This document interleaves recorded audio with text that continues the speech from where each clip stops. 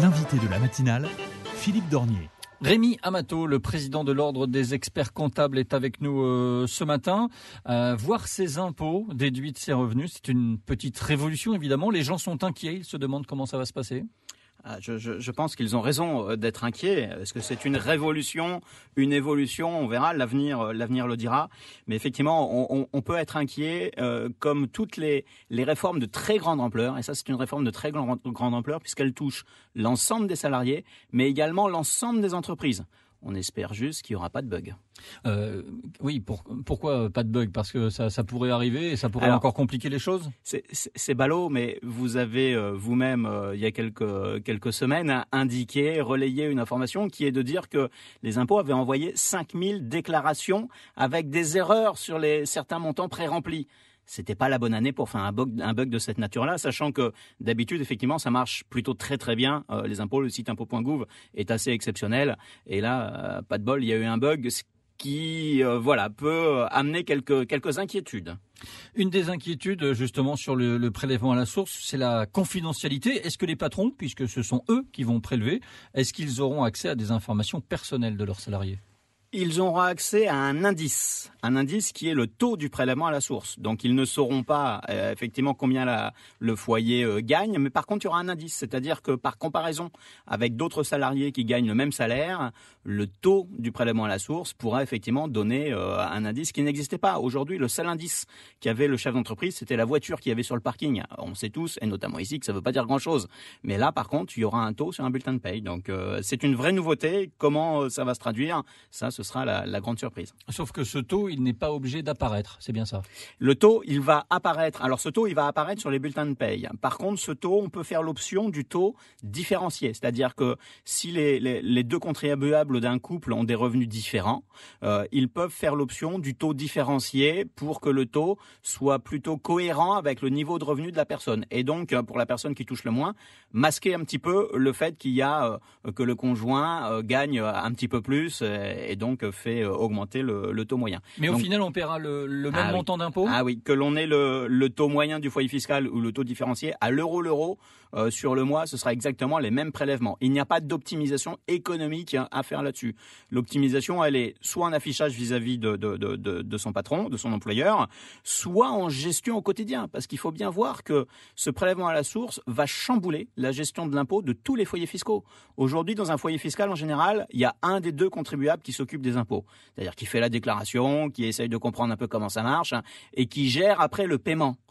C'est rarement les deux. Or là, les deux vont contribuer. C'est-à-dire sur les deux fiches de paye, il va y avoir un prélèvement. Donc ça va changer. C'est une révolution au sein de l'organisation interne de chaque foyer. C'est aussi un casse-tête pour les entreprises. Vous les accompagnez aussi vers ce bouleversement des pratiques ? Absolument. Donc avec une phase de pédagogie qui est colossale, puisqu'on va avoir sur ce prélèvement à la source 3 opérateurs. Le contribuable, qui va faire ou pas faire différentes options sur son site impôts.gouv, le chef d'entreprise, donc l'employeur qui va lui-même faire les bulletins de paye, et bien entendu les services des impôts qui, eux, calculent les taux et les transmettent. Donc s'il y a un bug quelque part, qui est responsable ? Alors ce que l'on sait, c'est que de toute façon, l'employeur ne fait qu'appliquer un taux qui lui sera impulsé par l'administration. Il n'a aucune influence sur ce taux. Il ne pourra pas le modifier. Donc s'il y a un problème, le contribuable devra appeler. Il y a une plateforme téléphonique qui va être mise en place des impôts, qui est censée pouvoir digérer des dizaines de milliers d'appels en simultané. On espère que ça va bien marcher et seule cette plateforme sera habilitée donc à traiter la problématique et expliquer aux contribuables quel est le problème. Vous connaissez ce numéro de téléphone par avance ? De tête, pas encore, mais je crois qu'on va très rapidement se l'imprimer dans le cerveau. Alors moi, je vais donner le 08 654 32 qui est celui de l'opération Allo Impôts qui se déroule par téléphone depuis le début de la semaine et physiquement aujourd'hui donc à Saint-Pierre et à Saint-Denis. Alors si on voulait remplir une déclaration papier, c'est trop tard, la date limite c'était le 17 mai. Oui. Seule solution maintenant, aller sur Internet avant le 5 juin minuit. La télédéclaration, ça va devenir une obligation bientôt ? Oui, absolument. C'est-à-dire qu'aujourd'hui, c'est obligatoire pour ceux qui avaient un revenu fiscal de référence l'année dernière de plus de 15 000 euros. L'année prochaine, ce sera obligatoire pour tous, bien entendu, sous réserve d'avoir un accès à Internet à la maison. On est bien d'accord. Mais toutefois, avec ces systèmes de taux moyens d'imposition, de toute façon, nous, on recommande à tout le monde de faire la télédéclaration.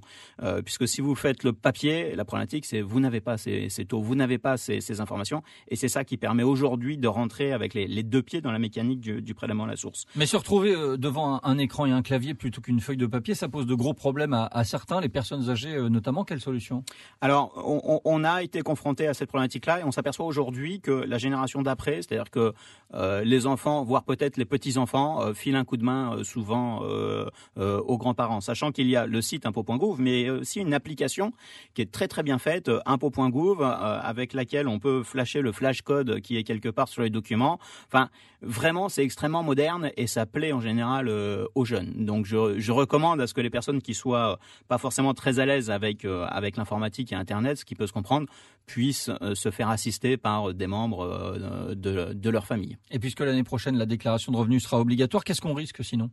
Alors, il y a une pénalité qui est symbolique, puisque je crois que c'est 15 € 2 années consécutives. Maintenant, c'est la pénalité qui existe aujourd'hui. Est-ce que cette pénalité va être modifiée l'année prochaine ? Peut-être. Même les personnes qui n'ont pas de revenus, qui ne sont pas imposables, il faudra qu'elles fassent la démarche ? Absolument. Et j'allais dire que c'est peut-être encore plus important pour les personnes qui n'ont pas de revenus, qui ne sont pas imposables.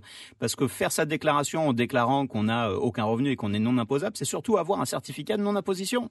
Et on sait que derrière, pour différentes prestations sociales, c'est important. Donc même si vous n'êtes pas imposable, faites votre déclaration. Et c'est plus intéressant pour vous, et c'est peut-être même plus intéressant de le faire en télédéclaration, parce que vous aurez votre avis de non-imposition tout de suite. Et donc, ça c'est essentiel. Faire une déclaration, c'est payer plus tard des impôts, mais c'est aussi déduire certains investissements. Les avantages fiscaux, quels sont les dispositifs les plus courants à La Réunion ? Alors, les questions qui reviennent principalement, c'est notamment les étudiants qui partent faire leurs études en métropole. On sait que ça a un coût, donc il y a des options à prendre ou à ne pas prendre. Ça, c'est la question classique. Il y a également les frais de véhicule pour ceux qui habitent un peu loin de leur travail. On a bien entendu la défiscalisation en résidence principale qui a pris fin au 31/12/2017. Donc ça, c'est quelque chose dont profitent toutes les personnes qui sont primo-accédants et qui ont construit ou acheté un logement neuf. Donc c'est des questions importantes. Et bien entendu, on a toujours différentes questions sur les revenus fonciers. À savoir, alors les revenus sont imposables, mais derrière il y a pas mal de petites choses qu'on peut déclarer qui peuvent être déduites en charge. Et pour en savoir plus, consultation aujourd'hui à Saint-Denis au siège de l'Ordre des experts comptables, 36 bis rue Juliette Dodu, à Saint-Pierre à la Cité des Métiers, 65 rue du Père-Lafosse. Consultation libre et confidentielle de 9h à 16h en partenariat, je le précise, avec l'AREP, l'association réunionnaise d'éducation populaire. Il faut juste venir avec sa déclaration de revenus reçue cette année et son avis d'imposition 2017. Merci Rémi Amato d'avoir été avec nous ce matin, président de l'Ordre des experts comptables. Bonne journée et dans les chiffres.